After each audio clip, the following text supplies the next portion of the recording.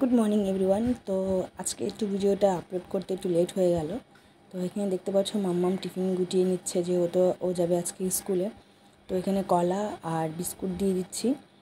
সেরকম কিছু, যেহেতু সারদা স্কুলে পড়ে, তো সেরকম কিছু দেওয়া যায় না, মানে ডিম জাতীয় জিনিস, মানে ভাত ঠাত এগুলো সব কিছু দেওয়া যায় না। ম্যাগি ট্যাগি একদমই দিতে না বলে।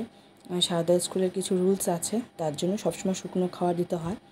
তো মাম্মাম এদিকে টিফিন গুটিয়ে নিল, এদিকে স্নান টান করে চলে আসছে। ওকে তো একটু রেডি করে দিতে হয়, যেহেতু একা একাও সবটা করে উঠতে পারে না, তাই আমাকে সব কিছু করে দিতে হয়। আর তো ড্রেস পরা হয়ে গেছে, এবার আমি চুলটা বেঁধে দিব, যেহেতু এত গরম। আর চুলটা, আর ওর চুল না খুব তাড়াতাড়ি বেড়ে যায়, যত তাড়াতাড়ি মানে ওই বেশি দিন টাইমই লাগে না, চুল কাটলে পরে খুব তাড়াতাড়ি চুলটা খুব তাড়াতাড়ি বেড়ে যায়।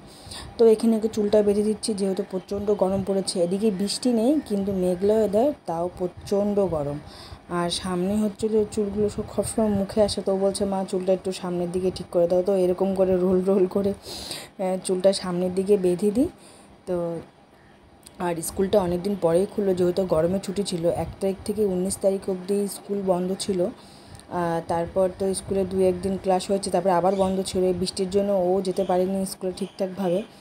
তো আজকে আমি বললাম, তো ফাইনালি আজকে তুই স্কুলে যা, কেন স্কুল না গেলে হবে না। আর সামনে তো জানোই আমার ডেলিভারি ডেট চলে আসছে, তার জন্য স্কুল এখন কন্টিনিউ পাঠাতে হচ্ছে। তো মামা রেডি হওয়ার পরে যে খাবার নিয়ে চলে আসছি, এখানে কচু শাক আছে, আর তার সঙ্গে আছে ডিমের মামলেট। তো যেহেতু কচু শাক খেতে চায় না, তো ওই একটু খাওয়াবো।